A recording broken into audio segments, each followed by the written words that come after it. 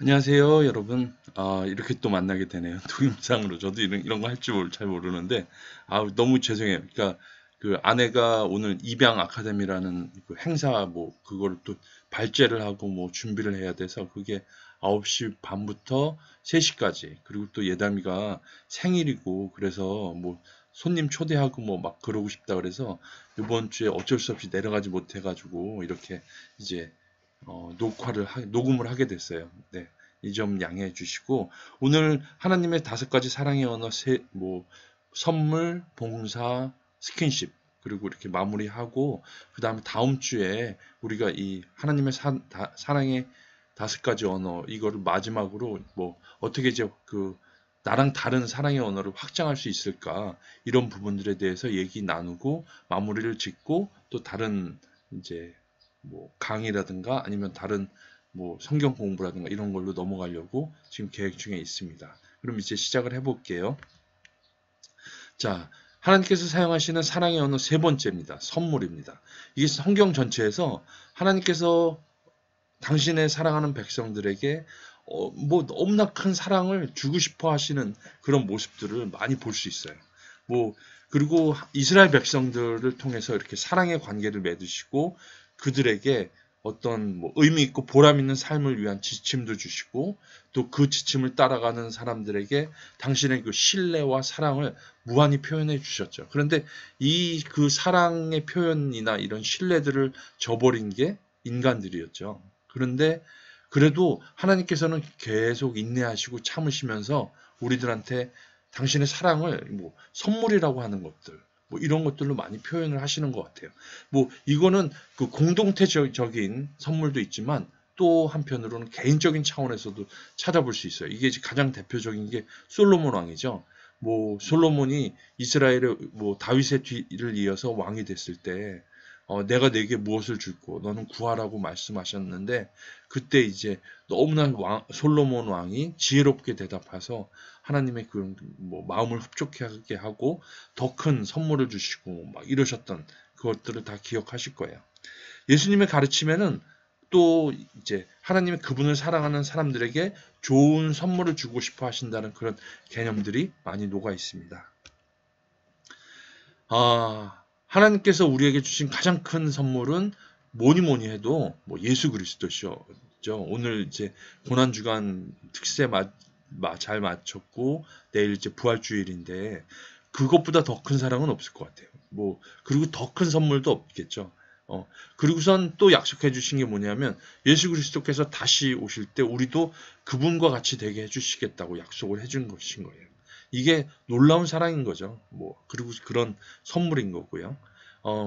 지금도 인류 역사 전반에 걸쳐서 하나님은 자기를 영접하는 자에게 사랑을 베푸시는 분으로 그렇게 스스로를 계시해 주셨습니다. 그리고 당신의 사랑하는 백성들에게 선물을 주시면서 당신의 그 사랑을 표현해 주고 계시는데 이게 이제 신앙생활을 하다 보면 어떤 물질적인 것일 때도 있어요. 우리가 간절히 원하고 그럴 때 하나님께서 그리고 이것이 그 사람에게 또 합당하다고 생각하고 그럴 때는 음식이나 선물, 의복, 주거 등과 같이 물질적인 것으로 그런 사랑을 표현해 주실 때도 있지만 그것보다 그것을 더 뛰어넘는 것들 그리고 좀 더 성숙한 사람들에게 그런 주시는 선물들은 어떻게 보면 더 영적인 부분들이 많은 것 같아요. 지금 밑에 보면 지혜, 지식, 믿음, 치유, 예언, 영분별 이런 것들이 근데 이런 것들을 선물로 주시면서 하나님께서 원하시는 게 뭐냐면 그냥 내 안에 그냥 나 혼자만 꼭꼭 그 움켜쥐고 그리고 내 것으로만 생각하고선 그걸 사용하길 바라시는 게 아니에요. 항상 보면 모두에게 유익이 되고 나보다 다른 사람들에게도 유익이 될 수 있는 그런 선물들을 참 많이 주신다라는 그런 생각들을 많이 하게 됩니다. 이게 그럼 하나님께서 우리에게 선물을 주시는 이유가 뭘까요? 이건 너무나 다 잘 아시죠.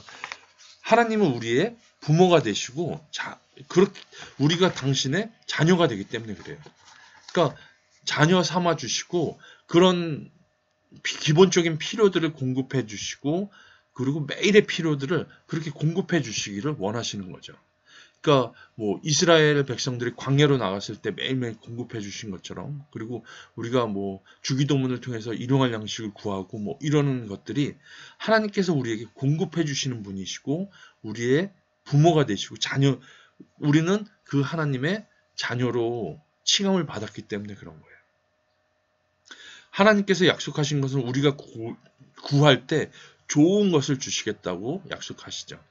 뭐 부모가 아무리 갖고 싶어 해도 자녀에게 해가 될 것은 주지 않으시는 것처럼 그런 마음으로 우리에게 선물을 주시고 또 때로는 선물을 주지 않으시는 그런 것들이 그 하나님의 부모됨이고 하나님의 아버지 되심이고 그런 사랑의 표현인 거죠.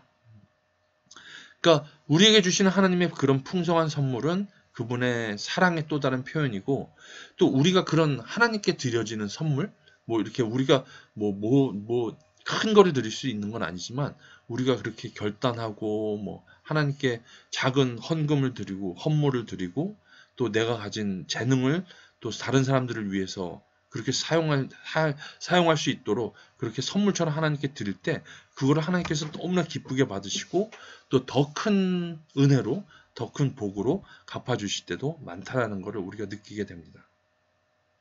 하나님은 다른 사람들의 삶을 함께 풍요롭게 하라고 우리에게 지혜와 통찰, 경험, 뭐 전문 기술, 그리고 뭐 재물이라든가 물질 등의 선물을 주셨어요. 그러니까 이것을 우리가 우리 안에서만 가둬두는 게 아니라 넘치게 해야 되는 거예요. 그게 이제 사랑의 통로고 축복의 통로고 뭐 이런 의미가 아닐까라는 생각이 듭니다. 하나님이 사용하시는 사랑의 언어 두 번째는 봉사예요. 네 번째죠. 저희 이제 뭐 주된 사랑의 언어가 봉사인 사람들은 꽤 많이 볼 수 있습니다. 뭐 마더 테레사도 그렇고요. 또 뭐 월드 비전이라든가 뭐 국경 없는 의사회 뭐 이런 사람들 보면 꽤 많은 사람들이 크리스찬이고 자기가 갖고 있는 능력들 그리고 그런 봉사의 삶을 살기 위해서 그렇게 뭐 어렵고 힘들고 소외된 지역들로 막 가서 그렇게 그 사랑을 표현하죠. 하나님은 독생자 예수님을 우리에게 보내주심으로 인류에 대한 사랑을 표현하셨고 예수님은 자기 목숨까지 내어주는 최고의 봉사를 통해서 인류에 대한 사랑을 표현하셨죠. 예수님의 전생에는 그야말로 봉사의 삶이었다라고 말할 수 있어요. 그죠? 뭐 제자들의 발을 씻겨주시고 또 뭐 부활하신 후에 바닷가에서 아침 식사를 준비해 주시고 뭐 이런 기적들을 볼 때 우리는 그 기적들이 사람들에 대한 그분의 사랑의 표현임을 알 수 있게 되죠. 사람들과의 관계에서 봉사를 통해 사랑을 표현하는 사람들이 있다면 봉사를 하면서 하나님의 사랑을 깨닫게 될 경우가 많아요. 그러니까 뭐 선물도 그렇고요. 뭐 내가 가진 걸 막 드릴 때 그리고 내가 그 봉사를 통해서 많은 기쁨을 누리고 뭐 막 이러면서 그럴 때 하나님께서 나한테 그런 봉사를 하시는 모습들 그리고 그렇게 그 사랑을 표현해 주시는 모습들을 통해서 하나님을 경험하게 되는 경우가 참 많게 되죠. 이제 마지막으로 하나님께서 주시는 사랑의 언어가 스킨십이에요. 이게 보통 그 주된 사랑의 언어가 스킨십인 사람들은 종종 뭐 이런 얘기 우리 많이 하잖아요. 그러니까 하나님의 임재를 느낀다라고. 이런 임재를 되게 그 강하게 느끼는 사람들이 많이 있어요. 그러니까 우리가 교회에 다니면서 뭐 그런 느낌들을 많이 받게 되는데 제가 이제 그 구약학 교수님이 한 분이 계신데 그분이 말씀해 주신 얘기가 있었어요. 그분이 이제 미국에서 목회를 썼는데 어느 날 이렇게 갑자기 한 노년의 부부가 출석을 하게 되셨대요. 근데 1년 동안 굉장히 열심히 다니신 거죠. 뭐 그런데 어느 날 이렇게 와가지고 그러시더래요. 목사님, 저는 정말 뭐 예수님을 믿고 또 그런 신앙생활 잘하기 위해서 왔는데 아무리 들어도 예수가 내 죄를 위해서 죽으시고 나를 위해서 십자가에 못 박히셨다는 그 의미가 전혀 믿겨지지 않는다는 거예요. 도대체 어떻게 해야 되는 거냐고 막 그렇게 이제 뭐 항변을 하셨다는 거죠. 근데 이제 목사님께서 그런 얘기를 하신 거죠. 이 복음은 설득하는 게 아니고 선포이기 때문에 열심히 참여하시면서 하나님 말씀에 귀를 기울이시고 또 기도도 하시고 해보라고 그렇게 이제 당부를 하셨대요. 그러다가 뭐 1년이 지나고 이제 뭐 지나고 어느 날 갑자기 목사님한테 그 부부 되시는 분들이 전화를 하셨대요. 그러면서 막 울면서 그렇게 얘기를 하시는 거예요. 목사님, 제가 믿어져요. 제가 그 하나님이 나를 위해 죽으시고 내가 죄인이고 그 나를 위해 십자가에 못 박히시고 그 은혜와 사랑을 너무 강하게 느끼게 됐다고. 그 저도 왜 그런지 모르지만 너무나 감사하다고 막 이렇게 그러면서 눈물을 흘리면서 이제 그 증언을 하신 거죠. 간증을 하신 거예요. 그런데 특이한 거는 그리고선 얼마 있다가 소천을 하셨다고 그러더라고요. 그러니까 이런 경험들이 많아요. 그러니까 뭐 이거는 이제 선교지 가면 특히 또 하나님의 임재를 느끼는 경우들이 굉장히 많은 것 같아요. 그러니까 특별한 상황에서 그 하나님께서 당신의 임재를 그렇게 실제하시는 것처럼 되게 강하게 느낄 수 있게 많이 다가와 주시고 만져 주시고 그러는 경우가 많은 것 같아요. 성경 속에서도 그렇죠. 뭐 야곱과 씨름하신 하나님, 그리고 하나님의 임재로 인해서 하나님을 만나고 나왔을 때 그 광채가 빛났던 모세, 그리고 또 우리를 찾아와서 만지면서 치유해 주시니, 그냥 말씀으로도 하실 수 있는데 어떤 경우에는 만지면서 치유해 주시고, 그 부정 탄다고 막 그럴 수도 있지만 그런 것들에 뭐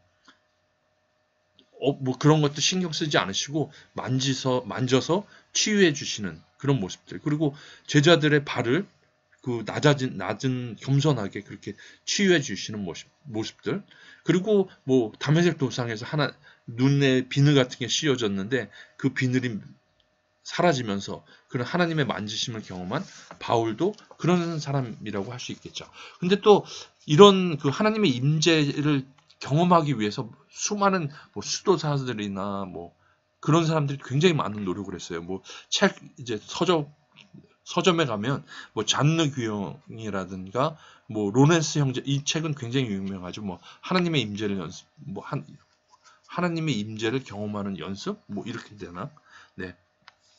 그런 경우도, 그러니까 하나님의 그런 임재를 특별히 더 경험하길 바라는 사람들이 있어요. 그러니까 그런 경우 때 또 그렇게 찾아와 주셔서 당신의 사랑을 표현해 주시기도 하시는 거죠. 그러면 어떤 언어를 쓸 때 여러분들은 하나님과 더 가깝다고 느끼시나요? 그러니까 당신의 주된 사랑의 언어가 봉사일 경우에는 사랑하는 사람이 봉사를 나한테 자주 해준다, 이런 느낌을 받게 되면 그 사랑을 확신하게 되죠. 근데 사랑하는 사람이 봉사를 자주 하지 않으면 그 두 사람이 각자의 주된 사랑의 언어 이외에 다른 사랑의 언어를 사랑한다고 해도 그렇게 되면 이제 감정 탱크라고 얘기했죠. 그런 사랑 탱크가 고갈이 되는 것 같아요. 점점 빠져나가는 거죠. 그러니까 그렇게 저 사람이 나를 사랑하고 있다. 그러니까 그런 것들을 경험할 수 있게, 그리고 느낄 수 있게, 피부로 느낄 수 있게 그렇게 하는 것들도 굉장히 중요한 것 같아요. 그렇기 때문에 하나님께서 그렇게 찾아와 주시고 만나 주시고 그런 사랑을 표현해 주시는 게 내가 너와 함께한다. 내가 너와 동행하고 있다.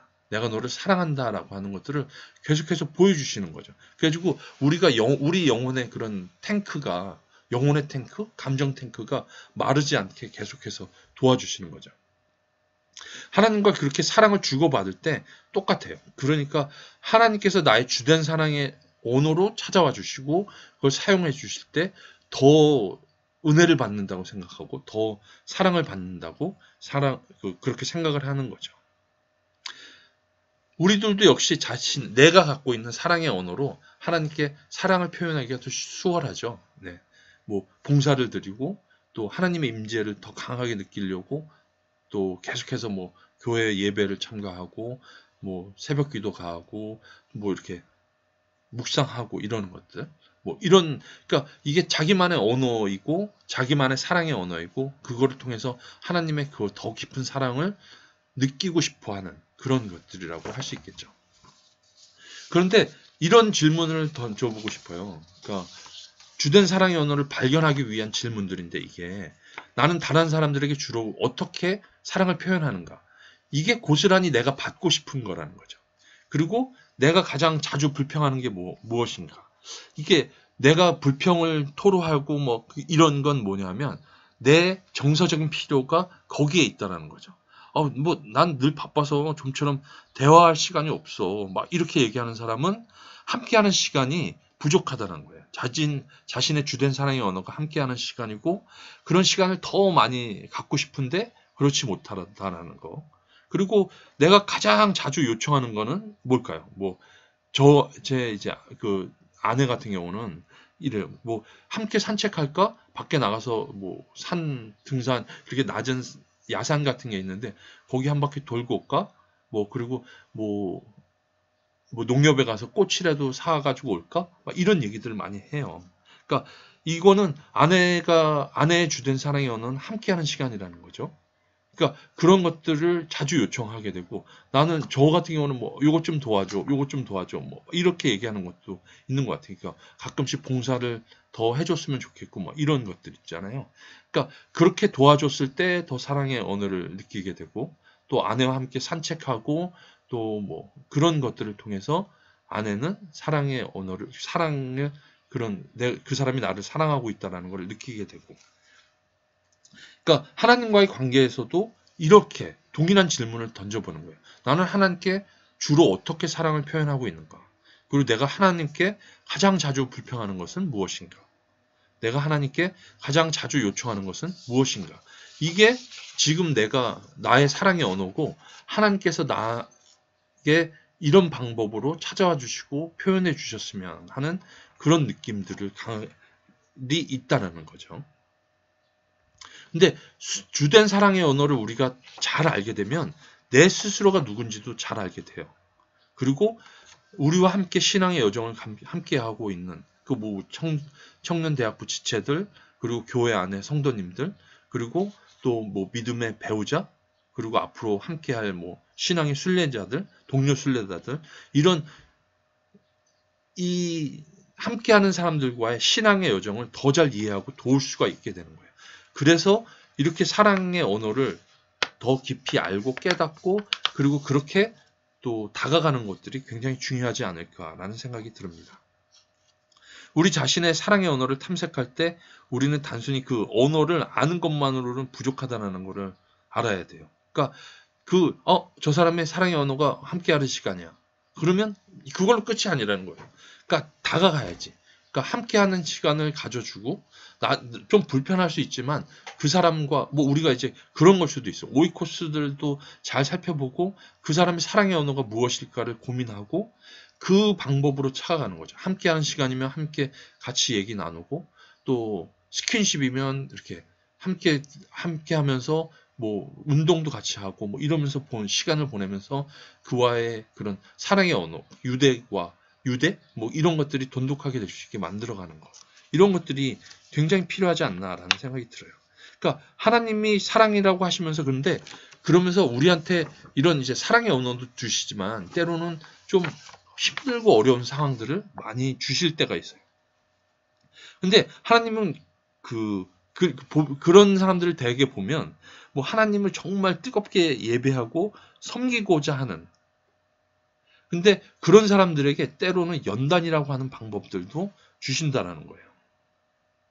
그러니까 이게 이제 또 다른 하나님의 사랑의 언어라고 할 수 있을까? 뭐 그런 생각도 드는데, 그러니까 그렇게 뭐 비록 처음에 우리는 이렇게 고통이나 뭐 이런 그 힘들고 뭐 어려운 상황에서 막 움츠러들고 왜 하나님께 이렇게 왜 이러시냐고 내가 정말 이런 제 마음을 모르시겠냐고 저의 이 뜨거운 마음들 열정들 그런데 왜 막 이렇게 힘들고 어려운 상황들을 만들어 주시느냐고 막 이렇게 표현출을 할 수가 있는데 근데 이 계속적으로 이런 뭐 내 마음들을 토로하고 뭐 막 이러다 보면 하나님께서 그분의 사랑을 가장 강렬하게 경험시켜 주실 때가 있는 것 같아요. 그런 연단 속에서 그리고 내 사랑의 언어를 통해서 하나님께서 만나 주시는 거지. 그리고 찾아와 주시고 당신의 계획을 시간이 흐르면서 이해시켜 주시고 또 그러면서 하나님께서 나와 동행하고 계시고 내게 놀라운 은혜를 부어주고 계시고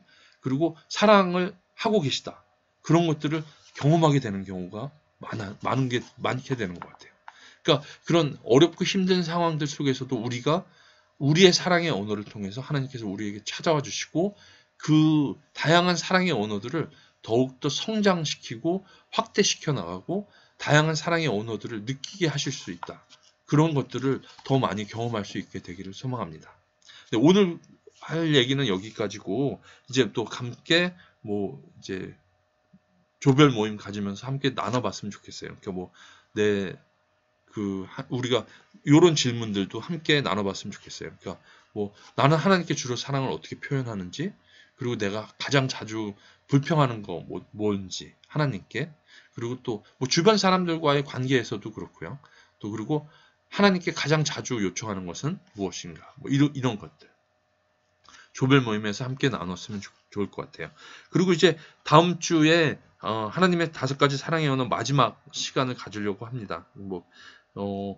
그 다음 주에는 사랑의 언어, 그리고 그 어휘를 확장해 나가는 방법들을 한번 간단하게 살펴보고, 그 낯선 사랑의 언어를 그러니까 내 주된 사랑의 언어가 아닌 좀 어색하고 불편하고 낯설게 느껴지는 그런 사랑의 언어들을 어떻게 시도해 볼 수 있을까? 뭐 이런 것들을 함께 나눠보려고 해요.